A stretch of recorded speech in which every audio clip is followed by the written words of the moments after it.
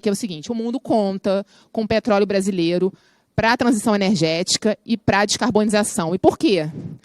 Porque o petróleo brasileiro ele é duplamente resiliente, né? Ele é baixo custo e ele é baixo emissões, como foi falado. A gente tem aí uma média de emissões mundial dos petróleos em torno de 22 quilos de gás carbônico equivalente por barril, e os petróleos da Petrobras dos campos de Búzios e Tupi, na Bacia de Santos, emitindo em média de 8 a 10 quilos de gás carbônico equivalente por barril. E aí, falando aqui do projeto de perfuração no Amapá, né, que a gente está falando aí do bloco FZAM 59, que é esse quadradinho lá em cima, né, que nesse momento é perfuração de um poço, né, uma atividade temporária de aproximadamente 5, 6 meses, planejada para ser realizada em 5, 6 meses, ainda no processo de investigação para se saber se há ou não petróleo e gás na jazida, ali na região.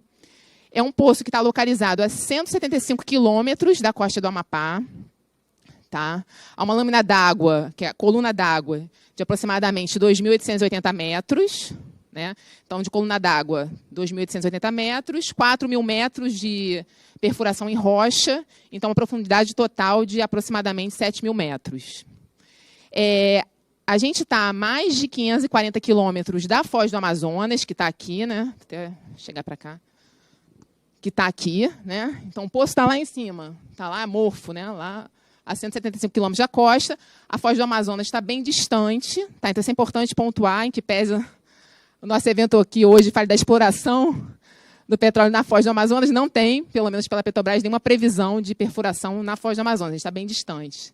Tá? E como infraestrutura de apoio para essa perfuração, a gente planejou utilizar o aeroporto do Oiapoque, que é um aeroporto existente também, já licenciado em operação, e o Porto de Belém, com a logística marítima, para suportar essa operação de 5 meses.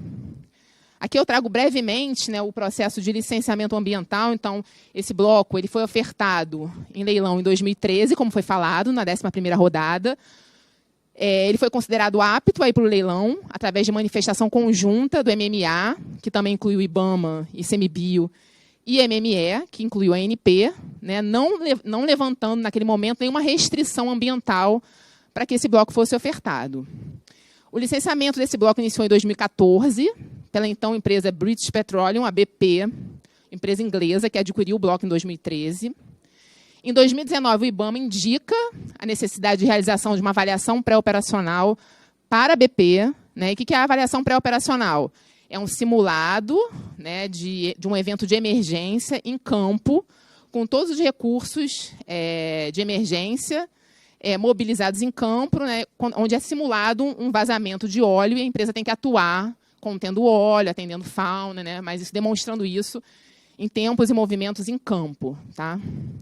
Nessa ocasião, em 2019, a BP já estava fazendo uma revisão do seu portfólio exploratório no mundo, já estava sinalizando sair do Brasil, sair da margem equatorial. Então, a Petrobras ela adquire a operação desse bloco em 2020.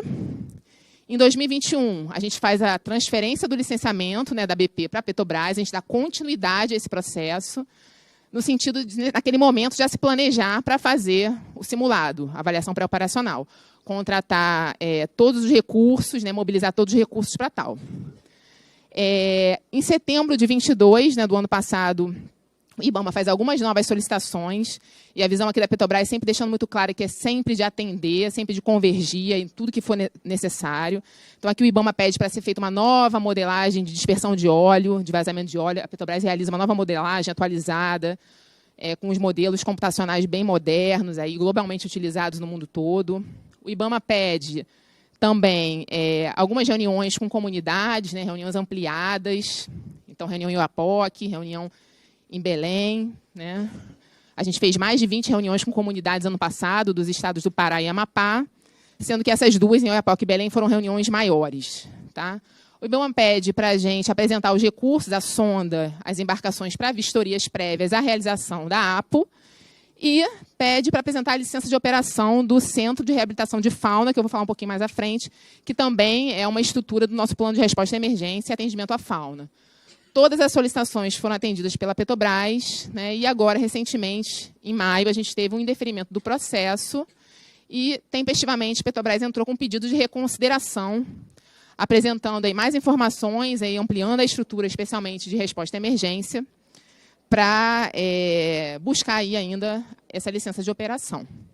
Entre os pontos que foram, falar bem resumidamente, aqui, entre os pontos do indeferimento, né, colocados, né, um primeiro já foi bem falado aqui, que é a ausência da avaliação ambiental de área sedimentar, da AS, que é um estudo de planejamento setorial, cuja responsabilidade é compartilhada entre o MME e o MMA, então não é de responsabilidade da empresa que vai executar a atividade, né?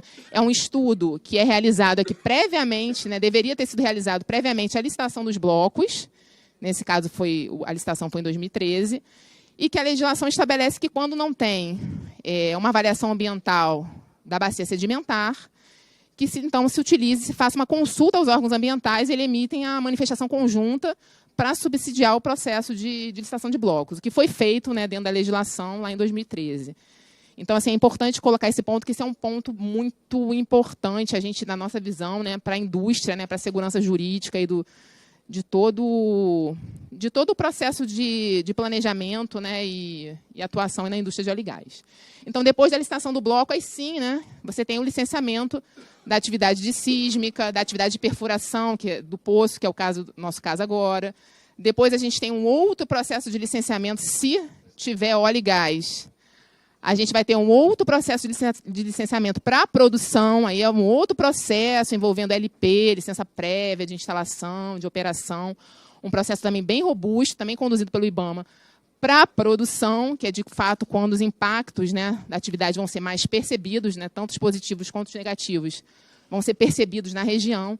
Enfim, aí a gente vai em frente. E aí eu trago aqui um pouco das limitações da própria AS hoje, né, ela não substitui o licenciamento ambiental, acho que isso é um ponto importante. A AS ela não é um instrumento que vai também decidir pela viabilidade ambiental do empreendimento, ainda que ela seja feita. A gente vai precisar ter o licenciamento com toda a sua robustez, com todos os dados primários. Eu sempre ressalto isso, né? Porque os dados que são gerados no processo de licenciamento ambiental do IBAMA são muito robustos, né? A gente manda recursos, a gente faz coleta de água, sedimentos, caracterizações ambientais, socioambientais. A gente levanta, a gente faz modelagens, a gente confirma o resultado das modelagens com métodos diretos, né? No caso da dispersão de óleo, a Petrobras e a indústria lançou boias para poder confirmar o comportamento das correntes no mar, né? Para onde esse óleo vai. Então, quando a gente fala de um estudo que a empresa fez, a gente fala com muita segurança da qualidade e dos resultados daquele estudo que, para a gente operar, são bastante robustos, né? Então, enfim, é só para dizer que a AS realmente hoje é um ponto que não está na mão da empresa. Eu acho que é uma decisão estratégica até de país, de como vai ser conduzido, né? O próprio IBAMA colocou que não tem como legalmente cobrar isso.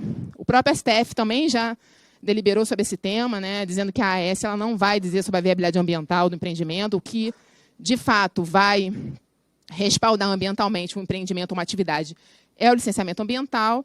E o que a empresa coloca e traz aqui como pedido, né, como reflexão, é a gente manter a regra vigente para os blocos já ofertados, já outorgados, e considerar esses novos estudos, ou a AS, para a etapa de produção, que é quando a gente já sabe se tem ou não petróleo e gás, né? Então, existindo, é um novo licenciamento, é quando a indústria vai se instalar, de fato, na região. Até agora, até esse momento, é só a pesquisa. Outro ponto que foi destacado é a questão do impacto da rota das aeronaves no aeroporto de Oiapoque às comunidades indígenas. Então, esse é um ponto que a Petrobras atuou. Tá? A gente está usando o aeroporto licenciado pela Secretaria de Meio Ambiente do Amapá, homologado pela ANAC, um aeroporto existente, uma estrutura existente, com uma capacidade operacional, e a gente está usando ela dentro da sua capacidade. Então, não está havendo ampliação para atendimento dessa atividade temporária de perfuração do poço. Ainda assim, né, a Petrobras alterou, mediante diálogo constante com as comunidades no entorno das nossas atividades. A Petrobras alterou as rotas das aeronaves, ampliou a altitude, afastou as rotas das aldeias indígenas. Então, hoje, as nossas rotas passam aí na distância mais próxima de 13 quilômetros da aldeia mais próxima, né? Então, assim, a gente buscou atender, ouvir, e lembrando que o aeroporto ele é uma instalação existente, licenciada, e que a atividade é temporária, né? Então, para a fase de perfuração, a gente entende que tomou as medidas cabíveis. E, por fim, a questão do plano de proteção à fauna. E aí eu preciso falar do plano de emergência, porque o plano de proteção à fauna é um anexo, um pedaço do plano de emergência. Ainda que a empresa já tenha perfurado mais de 3.000 poços, né, em águas profundas e ultraprofundas no país, ainda que a gente tenha uma gestão robusta de segurança operacional, com sistemas, com procedimentos, a empresa se prepara, aloca recursos, mobiliza recursos para atuar na região. E caso tenha um vazamento de óleo, que a gente chama de blowout, um vazamento de óleo de grande porte, apesar da probabilidade ser remotíssima que isso ocorra, não tivemos no Brasil até hoje, graças a Deus, um evento desse, mas a gente se prepara para atuar. Tá? Então, o que a gente trouxe aí nesse projeto é uma estrutura muito robusta, maior do que aquelas empregadas na Bacia de Campos, na Bacia de Santos, onde a gente tem uma produção já bem consolidada. Tá? Então, aí a gente traz o sistema de bloqueio de poço, né, que é o que a gente chama de capping, que a gente tem no Brasil aí, um dos 4 equipamentos. Tá? Esse equipamento foi projetado depois do acidente de Macondo, projetado pela indústria e construído pela indústria. A gente tem 4 no mundo, um fica no Brasil, no Porto do Rio de Janeiro. E se a gente precisar, tiver dificuldade num vazamento, de estancar o vazamento, com as válvulas que lá estão no poço, que estarão no poço, assim que ele for perfurado, a gente tem como mobilizar rapidamente um equipamento como esse, que foi o que resolveu lá no acidente de Macondo. Tá? Então, além do capping no Brasil, a gente tem hoje como proposta 12 embarcações para apoiar essa atividade temporária de 5 meses de perfuração do poço, 6 embarcações de recolhimento de óleo, tá? Sendo que 2 delas sempre de prontidão ao lado da sonda de perfuração, e 6 embarcações para monitoramento, atendimento e resgate de fauna. Tá? 10 embarcações para contenção e recolhimento de óleo, no caso de um vazamento. A gente tem uma capacidade bem robusta, então, assim, no pior caso de vazar, né, pelos nossos modelos, no pior caso, vazaria 1.500 metros cúbicos dia de óleo, e a gente tem capacidade para recolher, resumindo aqui, 8.900 metros cúbicos de óleo. Então, a gente tem estrutura, se houver um vazamento, enquanto a gente estanca o vazamento, a gente tem estrutura para recolher, conter com as barreiras de contenção, recolher num navio aliviador, levar para um terminal, para uma refinaria. Esse óleo é processado, volta para o processo e o efluente é descartado conforme a legislação prevê. Além disso, a gente propôs 2 bases de reabilitação e despetrolização de fauna, uma em Belém, tá? E uma nova adicional em Oiapoque, para atender também aí as expectativas do IBAMA. Então, unidades para atendimento de fauna. Então, se houver um acidente de vazamento de óleo e tiver alguma fauna que seja oleada, a gente resgata através de embarcações ou através de aeronaves e leva para algum centro para tratamento e para cuidados. Todo o sistema de contenção e recolhimento associado às embarcações, barreiras, mangueiras, bombas, né? A gente tem sobressalentes no Brasil todo. A Petrobras tem os sistemas, aí já vou adiantando, os centros de defesa ambiental, né, que são galpões espalhados por todo o país, com equipamentos para limpeza e contenção de óleo, porque a gente opera em nível nacional, então se a gente precisar de equipamento sobressalente, algum der problema, a gente tem essa logística bem montada no país. Toda a estrutura de resposta à emergência lá no Rio, na nossa sede, em que a gente rapidamente junta o time e consegue mobilizar e escalar recurso no caso de um acidente de grande impacto, digamos assim. Tá? As aeronaves são 3 helicópteros e 2 aviões também disponíveis para operação lá na região. Se tiver um acidente, eles ficam à disposição para atuar, inclusive no resgate, monitoramento de fauna. E destaco aqui, por fim, a articulação que a Petrobras fez com os países vizinhos, Guiana Francesa, Suriname, Guiana, Trindade e Tobago e Barbados, tá?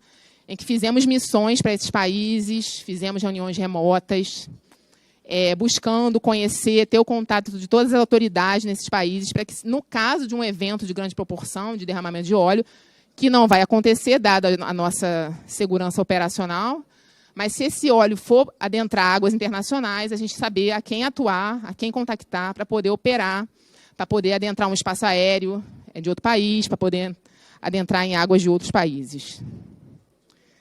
E aí, assim, eu trago aqui que o IBAMA reconheceu a qualidade do plano de resposta à emergência de fauna da Petrobras em diversos pareceres, então é importante destacar. Eu sempre destaco porque é motivo de orgulho para a gente também que está aqui na linha de frente da área ambiental. Então, ele fala que o plano apresenta-se alinhado com as solicitações da equipe técnica, demonstra ter opções de ferramentas, comunicação, articulação prévia com países potencialmente afetados e opções de técnicas de resposta adequadas aos cenários acidentais previstos. Então, isso é importante destacar. O Centro de Reabilitação de Fauna de Belém está adequadamente localizado no ponto de vista logístico, encontra-se a um tempo médio de 48 horas, e isso aqui já mudou, né, porque com a proposta adicional que a gente colocou, esse tempo já reduziu para 12 horas, no caso de Oiapoque, e no caso de Belém, para 24 horas de percurso. Então, se encontra aí bastante aderente, né, para atender o projeto, e a estrutura atendeu às necessidades e especificações estabelecidas no Manual de Boas Práticas de Fauna do IBAMA. Então, isso é importante também a gente destacar. Eu concluo aqui, tá, só com as considerações da empresa, né, reforçando que as novas fronteiras são essenciais para a segurança e soberania energética do nosso país. Tem um gap aí na questão das reservas brasileiras, e a gente já projeta um futuro de deixar de ser exportador de petróleo para importador de petróleo. E lembre-se, o nosso petróleo ele é competitivo, né, graças às tecnologias que a Petrobras empregou e vem empregando investimentos. Nosso petróleo é competitivo e ele é baixo em emissões. A margem equatorial ela é estratégica, né, e ela se apresenta como uma das últimas fronteiras exploratórias do nosso país. O desenvolvimento que está sendo projetado para essa área, ele prevê a proteção ao meio ambiente e o desenvolvimento regional. Inclusive, a gente advoga que os recursos que possam advir dessa atividade na região devem ser prioritariamente canalizados para a proteção ambiental da área. São recursos aí significativos e que a gente pode canalizar para a melhoria das condições de saneamento básico, as condições ambientais de uma maneira geral, urbanização e proteção também dos biomas da região. E a gente finaliza aqui com a mensagem de que a Petrobras busca sempre a convergência, sempre atender da melhor forma possível aí as exigências do IBAMA e de qualquer outro órgão ambiental. Tá? A gente pede aqui a possibilidade de compreender as questões e atender para que a gente possa convergir num cenário que seja bom para o país. Tá bom? Obrigada. I see her rolling up, Uber black Cadillac, high heel boots and a sexy body full of tats. Baby's bad, oh baby's